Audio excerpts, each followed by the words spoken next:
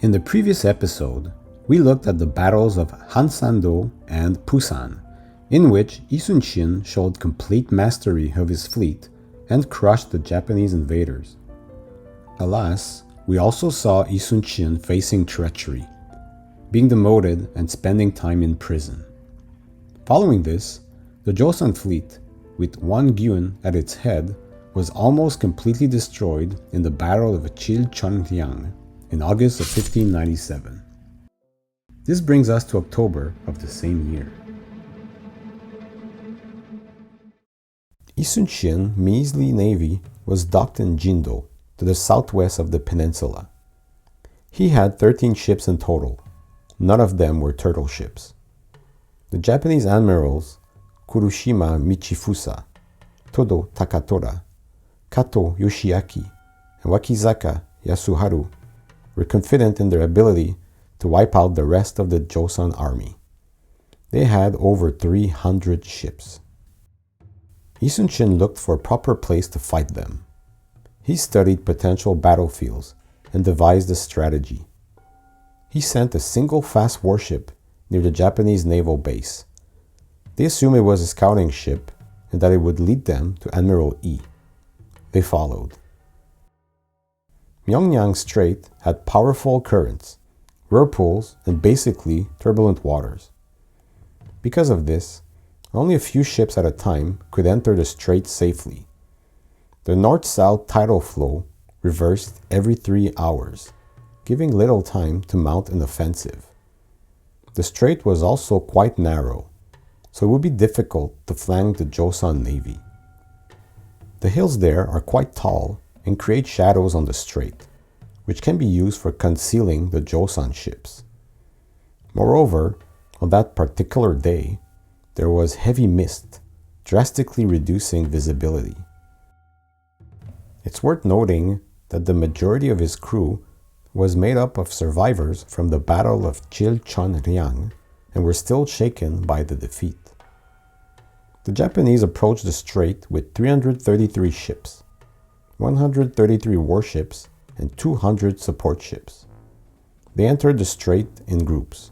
They were met at first only by E's flagship. E writes in his diary, "My flagship was alone facing the enemy formation. Only my ship fired cannons and arrows. None of the other ships advanced, so I could not assure our outcome. All other officers were seeking to run, as they knew this battle was against a massive force. Ships commanded by Kim Ok-chu, the officer of Jola-Rai province, was 1 or 2 majang away. Seeing their admiral so defiantly standing his own against the huge Japanese navy, the rest of his ships quickly joined him in battle. They shot at the Japanese ships with arrows and cannonballs. The Joseon fleet was obscured by the shadows of the surrounding hills as well as the fog. The Japanese were unable to break through, and then the currents started to wreak havoc. Japanese ships collided with each other and the tides reversed. At that point, he ordered his ships to ram the 30 or so Japanese ships that entered the strait. Around 30 Japanese ships were destroyed or damaged. "Those who seek death shall live. Those who seek life shall die," Sun-shin famously exclaimed. Depending on the source, up to half the Japanese soldiers were killed or wounded in the battle. Kurushima Michifusa, who led the vanguard, was killed on his flagship by E's archers. The rest of the Japanese navy retreated.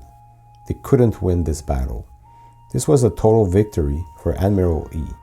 He didn't lose a single ship. Here's an official record of Todo Takatora, who was the commander of the Japanese fleet.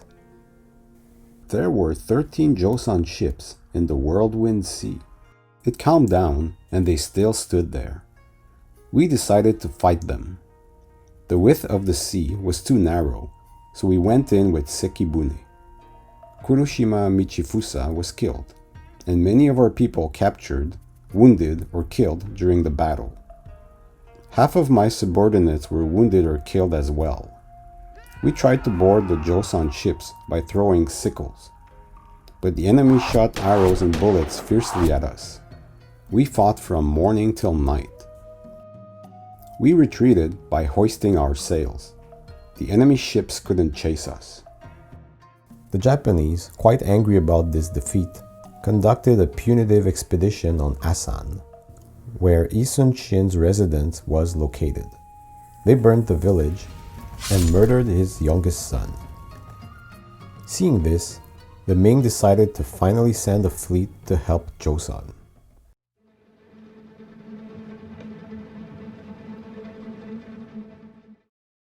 On September 18, 1598, Hideyoshi suddenly died at Fushimi Castle.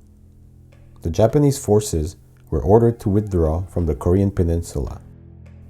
On December 15th of 1598, the now allied fleet of Joseon and Ming, under Admiral Yi, were engaged in a blockade of Konishi Yukinaga's fleet, the westernmost Japanese Wajo. Shimatsu Yoshihiro was on the east side of the Noryang Strait in Sachon Bay. His plan was to break Yi's blockade, escort Yukinaga's fleet with him back to Busan and eventually the Japanese islands. Admiral Yi had 8,000 soldiers under him with a fleet of 82 Panokson and 3 turtle ships. Ming had 6 large ships and 57 smaller galleys. The Ming fleet was under the command of Chen Lin. He had brought with him 7,600 soldiers, some of which were present on Joseon ships. The Japanese fleet numbered at around 500 ships, but a large part of this was light transport ships. The battle started the next day, on December 16th. The battle was utter chaos, but Yi's tactics were the same: keep the enemy at bay by firing cannons and using his ship's superior movement capacity to his advantage. The Noryang Strait was somewhat narrow and it hindered lateral movement. Chen Lin ordered his fleet to attack in close-quarter combat when he saw Japanese ships that were significantly damaged. This wasn't usual for Admiral Yi, and he had to help in close-quarter combat more often than he would have liked to, I'm sure. Also, it is said that the Ming fleet mistook a Joseon ship for a Japanese ship once. In the end though, Admiral Yi and Chen's fleet were victorious. The Japanese retreated and Yi gave chase. Unfortunately, a stray bullet hit him during his pursuit. He knew it was fatal, but didn't want to create any chaos. Admiral Yi uttered, "The war is at its height. Wear my armor and beat my war drums. Do not announce my death."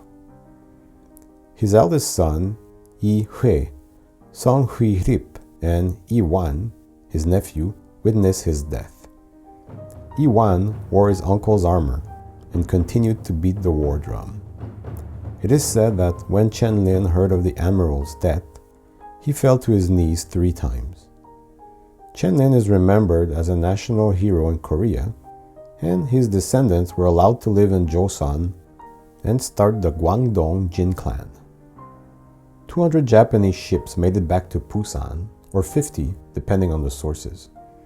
The last Japanese ships sailed back to Japan on December 24th, ending the war. Sun-shin's body was brought back to his hometown of Asan. He was given the posthumous rank of Minister of the Right. He was given the title of Chungmugong, Duke of Loyal Valor, in the year 1643 by King Injo. Sun-shin is a national hero in Korea. He saved Joseon from becoming completely conquered by Hideyoshi's armies.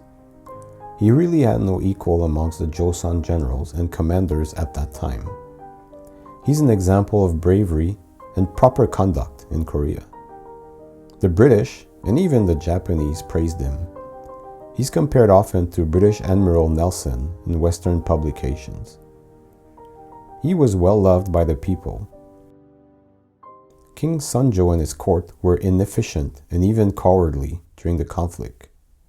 They already branded him a traitor once, and they might have done him harm if he survived this war, because his popularity could have been seen as the foundation for a revolt.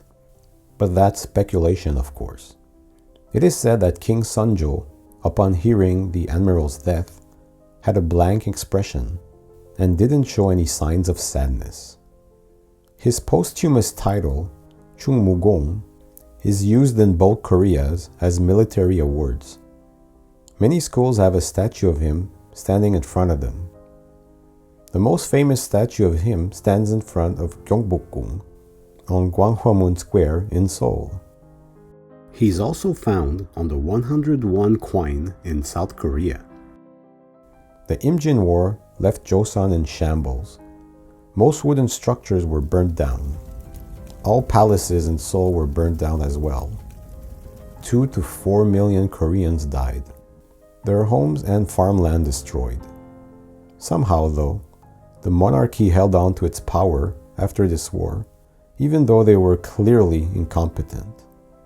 Sunjo fled Hansong to Pyongyang, and then to Uiju on the border with Ming, making the people lose even more hope. The Yi dynasty survived through this most terrible of war. They have Sun-shin to thank for this. Ming fell to Qing in 1644, having spent a lot of resources and manpower in the war with Japan. Another impact of the war was that Japanese soldiers brought chili peppers with them on the Korean peninsula. Japan got that from trade with Portugal. This led to Koreans incorporating chili peppers in their cuisine in dishes such as kimchi. Admiral Sun-shin has been depicted on screen often. Here are some notable titles. The Admiral, Roaring Currents, released in 2014, based on the Battle of Myeongnyang. Che Min-sik plays the Admiral. The second film in Sun-shin's trilogy, released in 2022, is Hansan Rising Dragon. Park Hae-il plays the Admiral this time. It's based on the battle of the same name. The third movie will be based on the Battle of Noryang. Kim Yoon-suk will play the Admiral. Sun-shin is also depicted in the TV series Immortal Admiral Sun-shin, released in 2004. It had 104 episodes. Kim Myung-min played the Admiral. Thank you for watching. Please leave a like and comment and subscribe if you like this video. Stay tuned for more videos on the rich history of Korea.